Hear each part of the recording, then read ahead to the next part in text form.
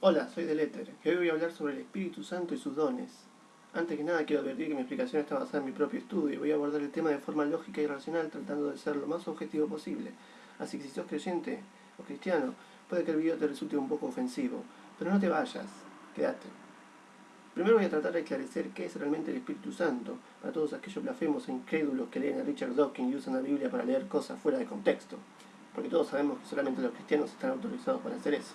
Según la Biblia, el Espíritu Santo es una parte de la Santa Trinidad, el intermediario entre Dios y el hombre, quien ocupa el lugar de Cristo a partir del momento que éste desaparece. Tiene tres funciones principales. La primera, la comunicación. Es quien interviene durante la plegaria y quien está autorizado para llevar nuestros rezos y ruegos al mismo Jehová, pero también es quien trae la voz del mismo Dios. Los cristianos explican su conocimiento divino y su contacto con Dios diciendo que saben lo que Dios quiere gracias a que fue revelado por este Espíritu. La segunda función es negar al cristiano ciertas acciones. Y los que alguna vez fueron evangélicos van a entender. Generalmente el pastor o líder no puede guiar a todo su rebaño. Siempre va a haber alguien que se quiera descarriar. Es por eso que se le delegan ciertas obligaciones a este espíritu. En el momento en el que el creyente siente que no debe hacer ciertas cosas o decir algo que comprometa su religión, piensa que es el Espíritu de Dios quien produce ese sentimiento de inseguridad y decide no cometer ciertos pecados y no exponer su religión ante los no creyentes, debido a que el Espíritu de Dios le está negando el permiso de hacerlo. Es como un policía para el creyente. Además, acepta sobornos. Y cuidado con dejar ofrendas que no sean importantes. La mafia, digo la Santa Trinidad, es muy considerada para aquellos que le dan lo más importante, sus ofrendas, pero para aquellos que le dan centavos, la próxima vez quizás el Espíritu se le olvide interceder contigo y el Padre. Parece que la presencia de Dios, que está en todos lados, no es suficiente para mantenernos a raya. Es necesario también una especie de fantasma que trabaje para Él. De esta manera la Iglesia se asegura de que sus creyentes sean atemorizados para no hacer lo indebido y también de que exista el llamado pacto de silencio, tan conocido y usado por todas las sectas alrededor del mundo, para que nadie amenace su fe y la institución que se ha formado. La tercera función es la de contacto con Dios. El Espíritu de Dios es quien consuela, quien trae seguridad y tranquilidad al creyente. Es como la mano de Dios. No esa. Es la mano que acaricia su creación y contiene y defiende de los males de este mundo. Pero la explicación es mucho menos poética y más perturbadora de lo que parece. ¿Se han preguntado por qué algunos creyentes reciben el Espíritu Santo y otros tienen suerte si alguna vez reciben una palmadita del pastor? La razón es clara y tiene que ver con el aspecto emocional de las personas. Quienes reciben el toque del Espíritu Santo son realmente personas con una vida emocional muy dañada, personas que necesitan una contención mayor que otras, personas inteligentes que no entienden la razón del porqué de su intenso desconsuelo. A mí me gusta ponerme como ejemplo. Cuando empecé a asistir a la iglesia, mi búsqueda por la espiritualidad se basaba en mi angustia. Sentía un vacío que en ese momento pensaba que solo se podía llenar con algo sobrenatural. Entonces no pasó mucho tiempo de ir a ese lugar hasta que me dieran ganas de conocer a este Espíritu Santo. Lo que dice la Biblia de él es claro. Un ser con propia personalidad, con poder para luchar contra la fuerza del mal, y quien trae fuerzas en momentos de tribulación y tristeza. Entonces, la persona con mayores problemas afectivos y trastornos emocionales es quien anhela más su presencia. Aquella persona que está más cerca de convertirse en sociópata que en mística. Sí, era eso de ir a fumar cannabis con un montón de hippies promiscuos que no se bañaban. Entonces, como primer punto, tenemos esta necesidad de contacto físico que tiene la persona que busca el espíritu.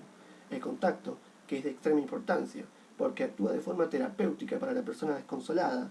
Me parece que es justo destacar esto, porque la estimulación táctil es esencial para el crecimiento y desarrollo físico y de la conducta de toda persona, debido a que a la edad adulta todo contacto físico se relaciona con las experiencias táctiles vividas en la infancia. Así es que el contacto nos provee de una sensación de seguridad y nos hace sentir apreciados.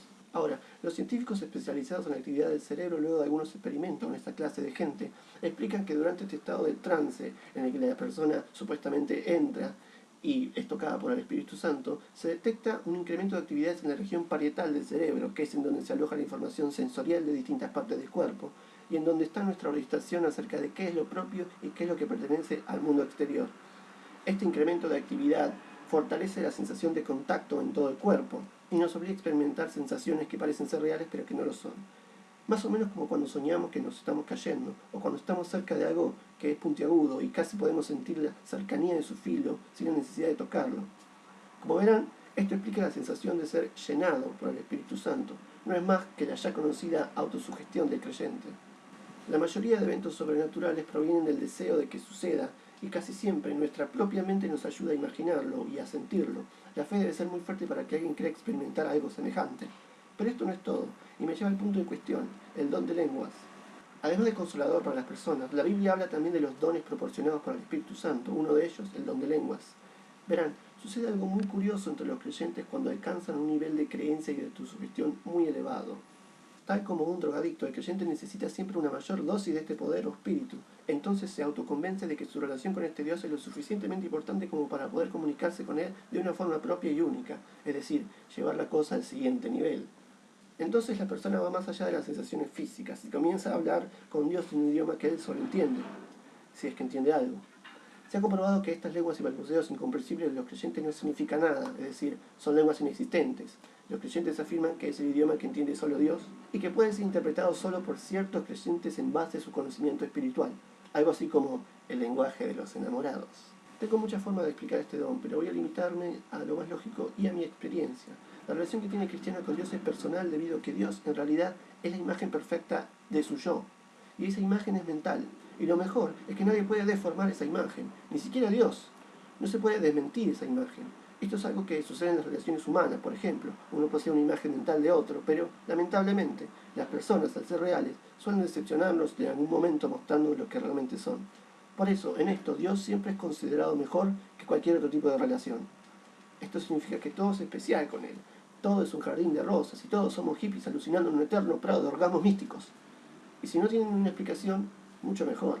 Así que el hablar en lenguas es algo a lo que se aferra el creyente de una manera inhumana. Una vez que el creyente habla en lenguas desconocidas, nadie ni nada puede convencerlo de que su Dios no existe. Bueno, casi nada. Les está hablando a alguien que no solo creía en Dios, sino que también creía tener ese mismo don del Espíritu Santo. El creyente necesita de lo irracional, y aquello que no sabe cómo expresar o cómo decirlo intenta decir a través de una lengua distinta. No hay nada de sobrenatural ni de mágico, es solo la extrema necesidad de ser escuchado de una forma que sea posible.